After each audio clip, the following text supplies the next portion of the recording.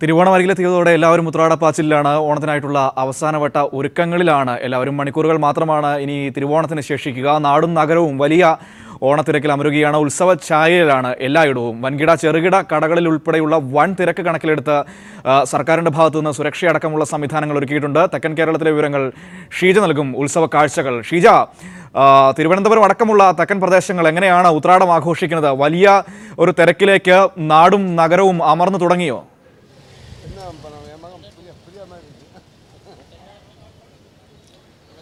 മനു, ഏതായാലും ഇനി മണിക്കൂറുകൾ മാത്രമാണ് തിരുവോണത്തിനായി ശേഷിക്കുന്നത്. അതുകൊണ്ട് തന്നെ തിരുവോണത്തിനായുള്ള ഒരുക്കങ്ങൾ പൂർത്തിയാക്കുന്നതിന്റെ ഭാഗമായി എല്ലാ മലയാളികളും ഇപ്പോൾ തിരുവോണത്തിന് വേണ്ട സാധനങ്ങൾ വാങ്ങിച്ചു കൂട്ടുന്നതിനുള്ള അവസാനവട്ട ഒരു തിരക്കിലേക്ക് കടക്കുകയാണ്. ഏതായാലും ഇപ്പോൾ മണി 9 കഴിഞ്ഞിട്ടേ ഉള്ളൂ. അതുകൊണ്ട് തന്നെ അത്തരത്തിൽ വലിയൊരു തിരക്ക് ഇപ്പോൾ ആരംഭിച്ചിട്ടില്ല. ഏതായാലും 10 മണിയോടുകൂടി തന്നെ നാടും നഗരവും എല്ലാം തന്നെ ഈ ഉത്രാട തിരക്കിൽ അമരും എന്ന് തന്നെ പറയേണ്ടിയിരിക്കുന്നു. പ്രത്യേകിച്ചും കഴിഞ്ഞ ദിവസം വൈകിട്ട് വരെയും അത്തരത്തിൽ ഒരു ശക്തമായ തിരക്ക് തന്നെയാണ്, വൻതോതിലുള്ള തിരക്ക് തന്നെയാണ് ഇത്തരത്തിൽ അനുഭവപ്പെട്ടുകൊണ്ടിരിക്കുന്നത്.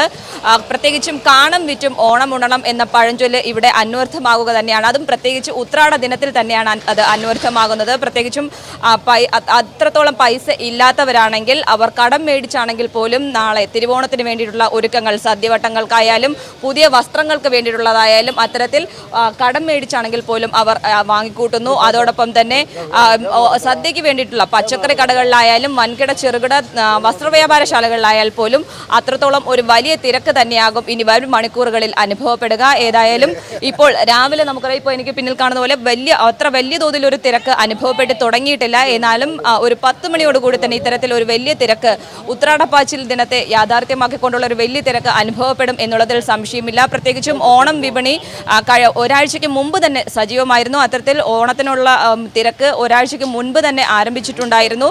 അതുകൊണ്ട് തെക്കൻ കേരളത്തിൽ എല്ലാം തന്നെ എല്ലായിടത്തും, നാട്ടിലായാലും നഗരപ്രദേശത്തായാലും ഗ്രാമപ്രദേശത്തായാൽ പോലും ഈ തിരക്കിന് ഒരു കുറവും അനുഭവപ്പെടില്ല എന്നുള്ള കാര്യം നമുക്ക് അറിയാം. അതുകൊണ്ട് തന്നെ അവസാനവട്ട തയ്യാറെടുപ്പിലാണ് ഓരോ മലയാളികളും ഉള്ളത്. അത് ഇപ്പോൾ വൻകിട കടകൾ, സ്വർണ്ണക്കടകൾ, പച്ചക്കറി കടകൾ, പൂക്കടകൾ, അങ്ങനെ നീണ്ട ഒരു നിര തന്നെയാണ് തിരക്ക് അനുഭവപ്പെടുന്ന കാര്യത്തിൽ നമുക്ക് എടുത്തു പറയേണ്ടിയിരിക്കുന്നത്. അതോടൊപ്പം തന്നെ വലിയൊരു പങ്ക് തന്നെയാണ് വഴിയോര കച്ചവടക്കാരും ഇതിൽ പങ്കുവഹിക്കുന്നുണ്ട്. പ്രത്യേകിച്ചും വഴിയോര കച്ചവടക്കാർക്കെല്ലാം വലിയ തിരക്ക് തന്നെയാണ് ഈ കാലയളവിൽ അനുഭവപ്പെടുന്നത്. ഇന്നും നാളെയുമായും ഇത്തരത്തിൽ വലിയ ഒരു കച്ചവടം തന്നെ ഇവർക്ക് ലഭിക്കും എന്നുള്ളത് തന്നെയാണ് ഇവരുടെയും പ്രതീക്ഷ. ഏതായാലും അല്പസമയത്തിനകം ഏകദേശം 10 മണിയോടുകൂടി തന്നെ ഉത്രാടപ്പാച്ചിലിനെ യാഥാർത്ഥ്യമാക്കിക്കൊണ്ടുള്ള വൻ തിരക്ക് തന്നെയാകും ആരംഭിക്കുക.